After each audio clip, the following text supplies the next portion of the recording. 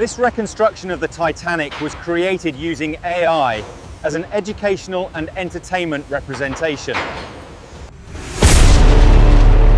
In 2026, ROVs descend nearly 13,000 feet into the North Atlantic to face a hard truth. The Titanic is not intact. It's split in two, consumed by rust and marine life.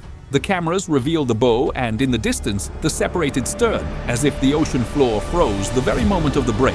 The question is no longer, where is it, but what can still be removed without turning into metallic dust? And what if, instead of trying to raise a ship, engineering chose to recover the Titanic piece by piece, lifting it from the deep and rebuilding it beyond the ocean?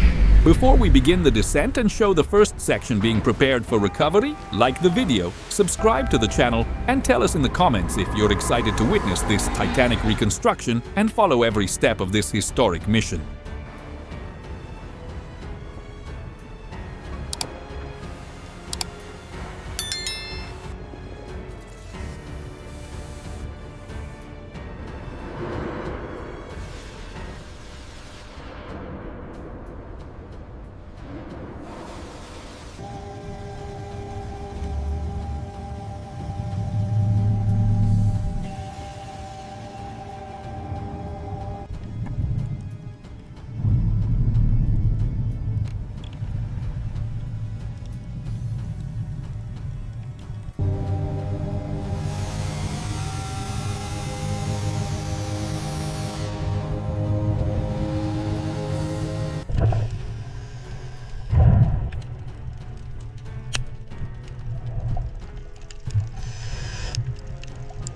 In April 1912, the Titanic sank on her maiden voyage and vanished into the North Atlantic. When the wreck was finally discovered in 1985, one thing was clear: the ship had broken in two. Ever since, the hull has remained under nearly 13,000 feet of crushing pressure, exposed to chemical corrosion and steel-eating bacteria. Interior structures slowly collapsed over the decades. Engineers agree that without intervention, entire sections could be lost forever. Today, the Titanic is not preserved. It is in progressive decay.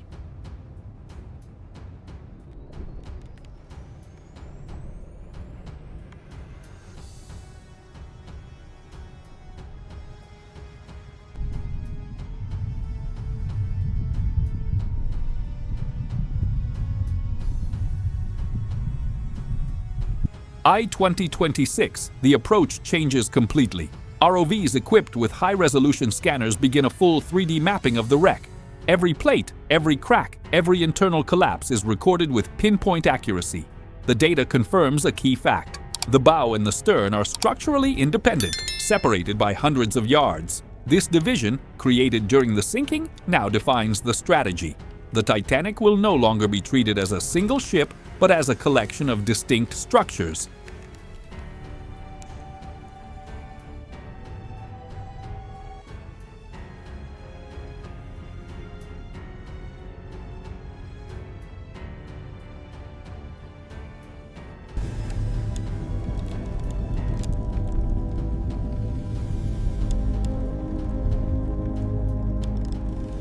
With the 3D models complete, the team moves from observation to structural analysis. Each section is evaluated by weight, corrosion, and stress points built up over decades. Some parts still hold enough integrity to be moved. Others would collapse at the slightest shift. The first critical zones are marked, areas where even a minor mistake could trigger a chain reaction of failures. From this moment on, every decision becomes irreversible.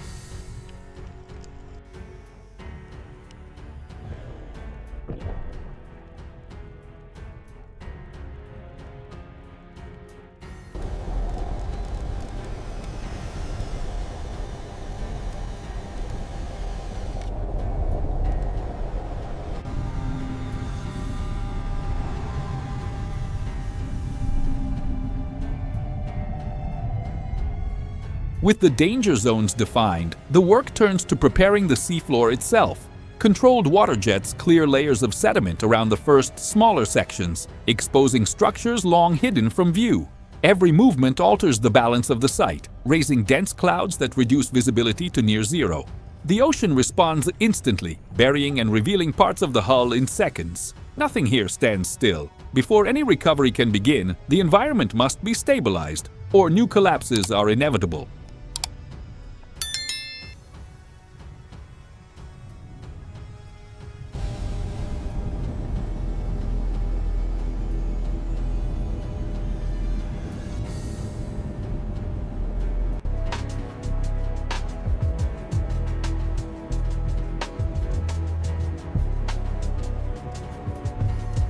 With the seabed stabilized, the most delicate phase begins: preparation for recovery. Steel cables are positioned around secondary hull sections, anchored to the strongest remaining points. Support slings distribute the load to prevent sudden failures. Nothing moves yet.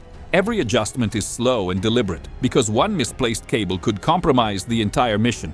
Before lifting anything, the Titanic must first be ready to be touched.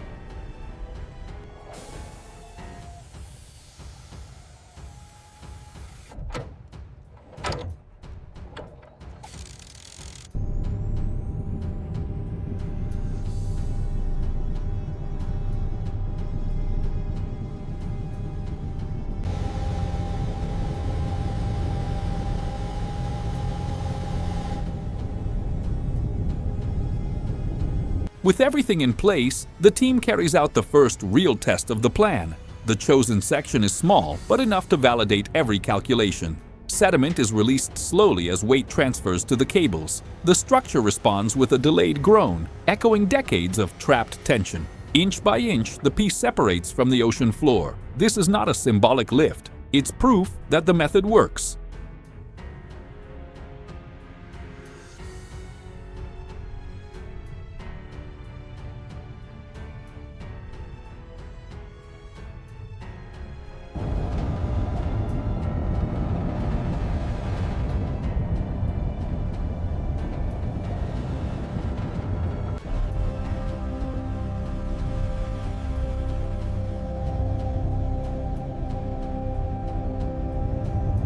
After hours of controlled descent, the first piece breaks the surface. Water streams off the metal as gravity takes full command outside the deep. Tugboats stabilize the load and guide it toward the recovery platform. The inspection begins immediately. Deformations caused by pressure and lifting are now visible. The rescue confirms the plan is viable, but it also reveals just how fragile the recovered material truly is.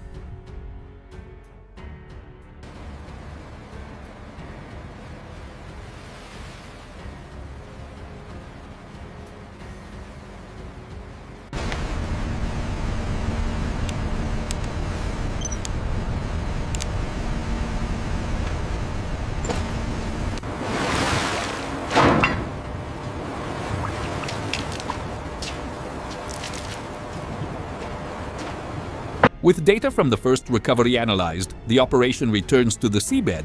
Fine adjustments are made to the original plan, accounting for unexpected deformations and new stress points. The teams now work with more realistic limits of weight and resistance. The focus shifts from small fragments to larger hull sections. The margin for error narrows, and every decision carries greater consequences.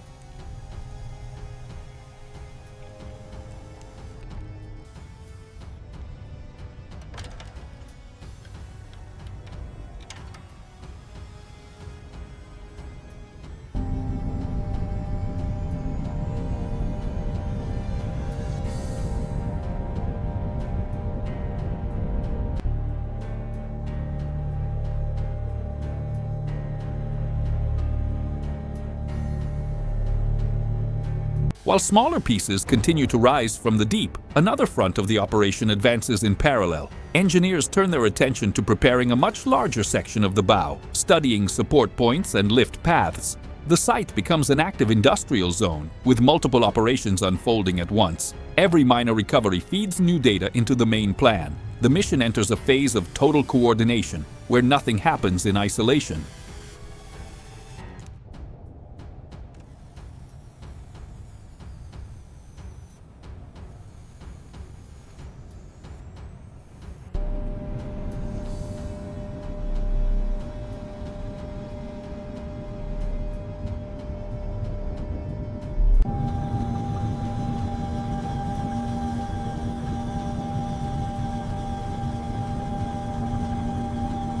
As the operation gains momentum, attention shifts to what comes next. While smaller lifts continue steadily, Preparations for the major recovery reach their final stage. Systems are reviewed. Primary cables are double-checked. The site falls into operational silence. One thing is clear: the next move will define the future of the entire mission.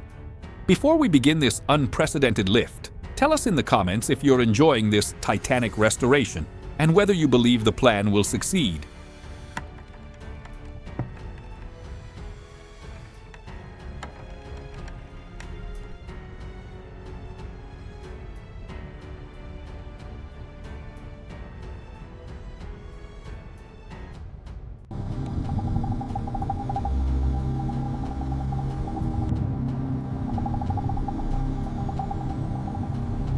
With the system ready, the main cables begin taking real load. Tension builds gradually as the structure's weight transfers to the lifting assembly. The seabed responds instantly, releasing dense clouds of sediment that reduce visibility to almost nothing. The hull answers with sharp cracks and visible deformation. Every second confirms the structure is still alive under stress. From this point forward, there is no way to ease the load without consequences.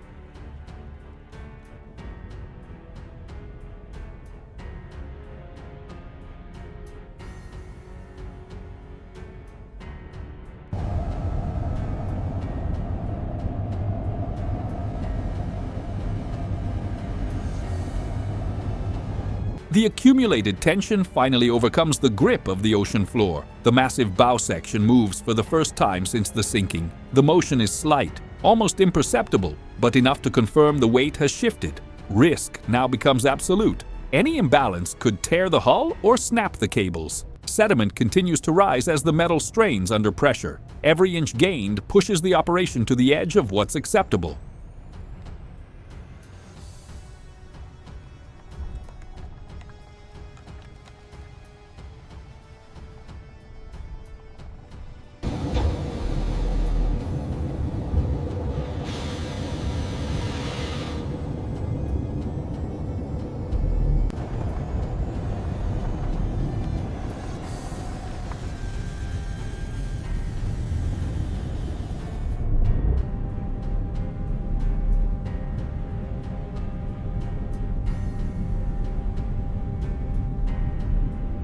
The final resistance gives way. The main bow section breaks free from the seabed completely. For the first time, a central part of the Titanic leaves the ocean floor without shattering. The massive structure rises slowly, held only by cables stretched to their limit. Sediment falls away beneath it, a shadow of what remains behind. What once seemed impossible now unfolds on camera. In this moment, the Titanic stops being just a wreck and becomes a structure in recovery.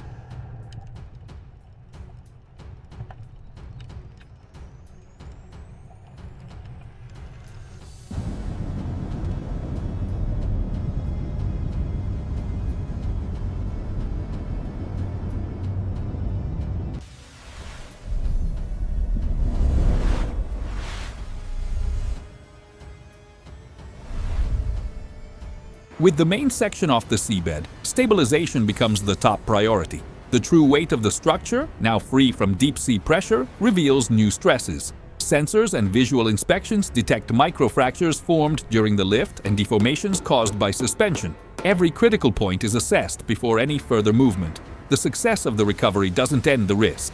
It simply changes its nature.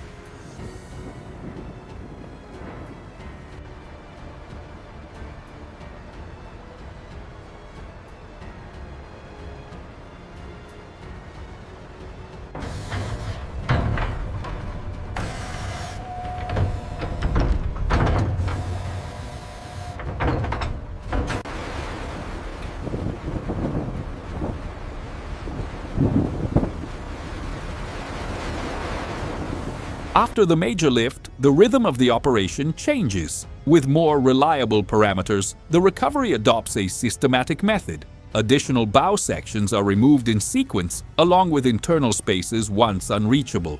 The process is safer now, but no less cautious. Every removal confirms structural limits and exposes new weaknesses. The work shifts from experimental to progressive, turning the site into a controlled extraction zone.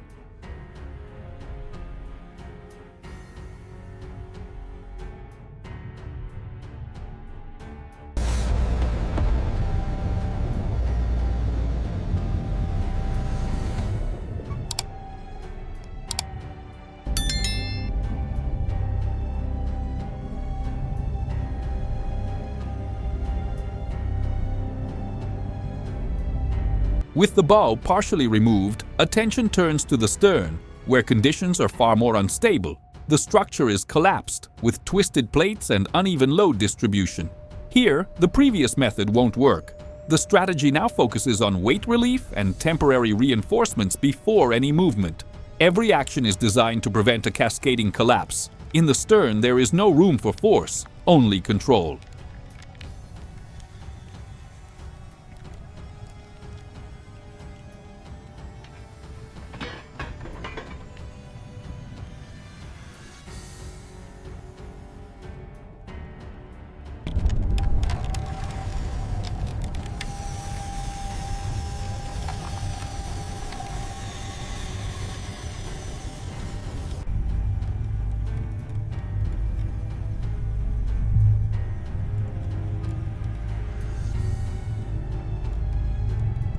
With procedures refined, the last major sections still anchored to the seabed begin to rise. Each lift reveals deep marks left by decades of pressure. As the structures ascend, the ocean floor transforms into an empty, uneven space. No dominant shapes remain, only scars in the sediment. The wreck site shifts from an active debris field to a silent record of what has been removed.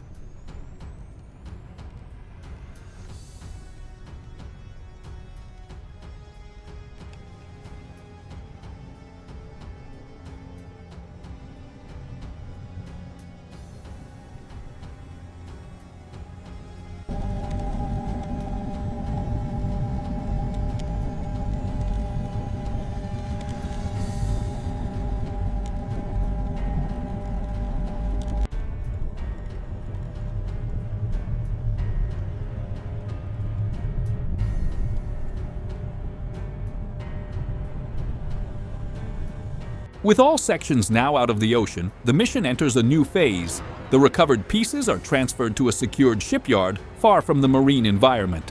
For the first time, the Titanic can be studied without extreme pressure or limited visibility. Structures are positioned, catalogued, and compared to historical records. The focus moves from rescue to reconstruction. What was once a submerged wreck becomes a physical set of structures under human control.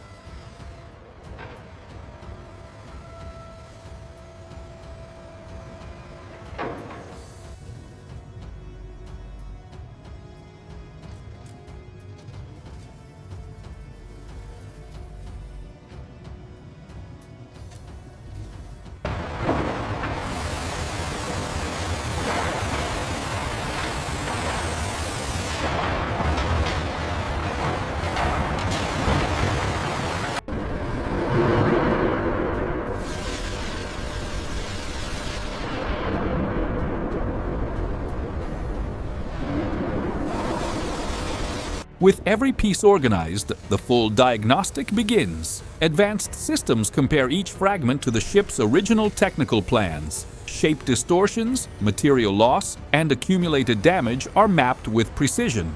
From this analysis, clear boundaries are drawn between what can be restored and what must be replaced.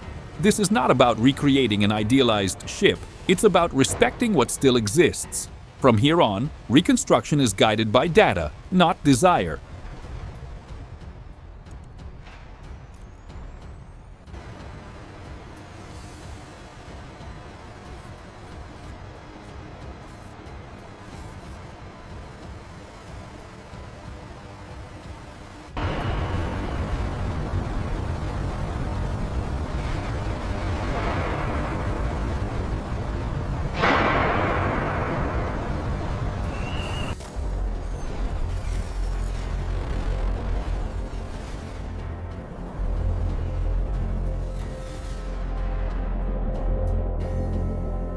With those limits set, heavy structural restoration begins. Corroded plates are removed one by one, revealing the true extent of material loss.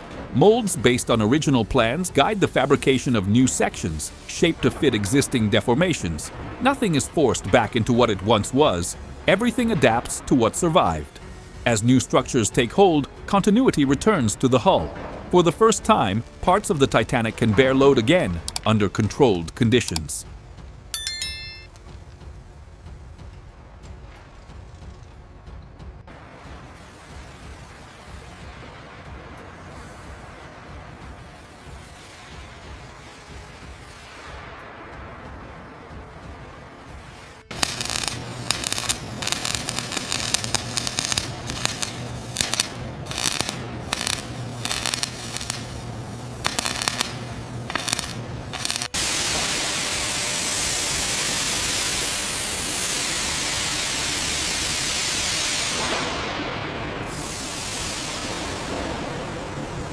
With the exterior stabilized, Reconstruction moves inside the ship. Decks, corridors, and compartments are rebuilt using technical records and period photographs. Nothing is left to interpretation. Every element follows original dimensions, materials, and function. The goal is not decoration, it's restoring the ship's internal logic. Slowly, spaces once collapsed regain form and structural continuity. The interior of the Titanic begins to exist again.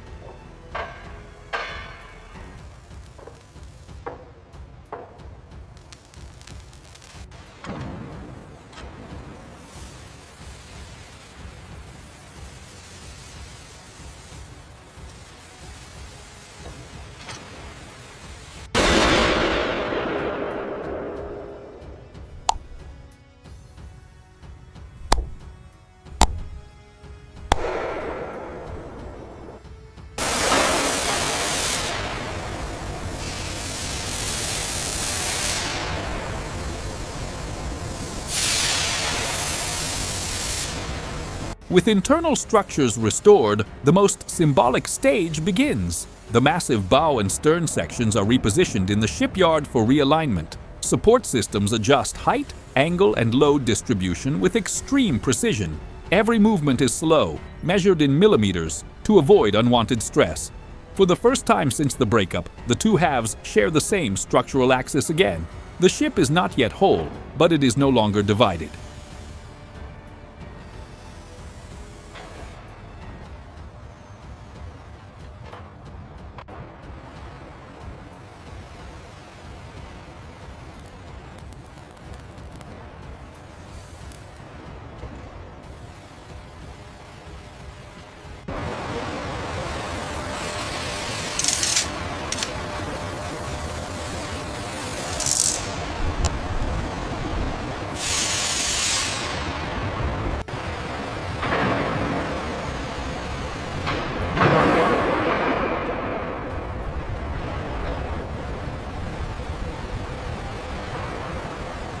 With alignment complete, the hull takes on a continuous form once more.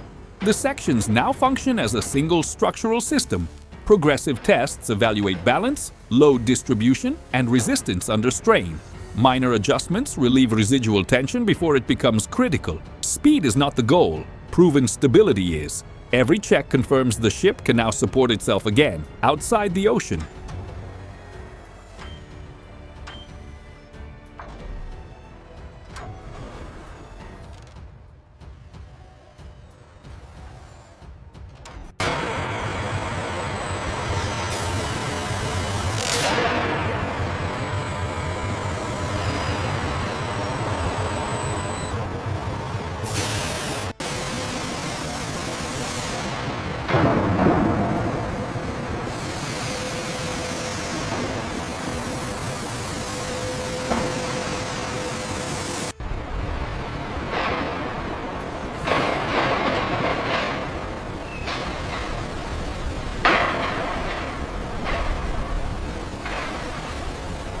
With the structure approved, work enters the final phase of exterior finishing. The hull receives surface treatment and paint following historical standards. Funnels are reinstalled, masts rise again.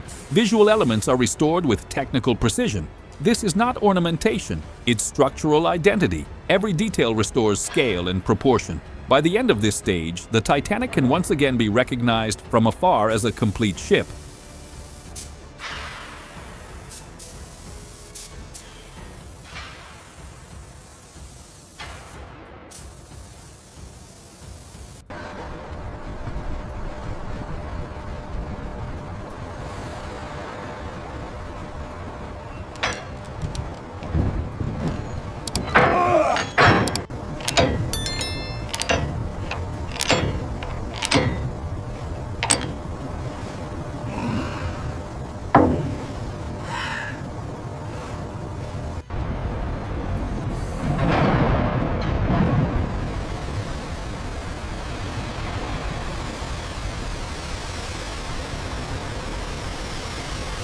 With testing complete, the moment arrives to return the ship to its natural element. The hull is guided slowly back to the water, supported by tugboats and lateral control systems. The first contact is cautious, monitored in real time. Gradually, buoyancy takes over. The ship moves forward a few yards, still guided, still restrained. This is not a symbolic launch. It is proof that she can float again.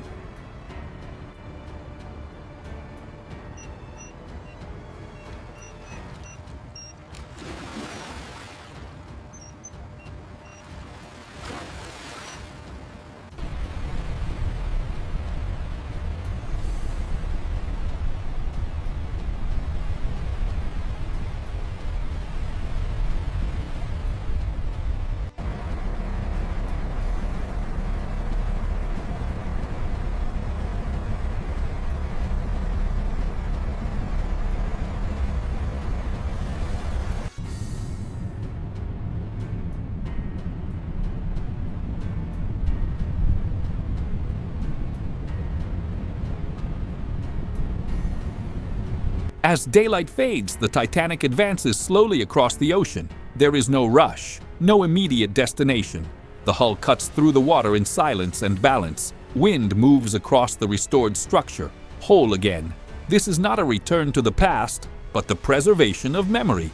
The ship sails not as a promise, but as physical proof of what human ambition once dared to build, lost against all odds, and rebuilt for history to remember.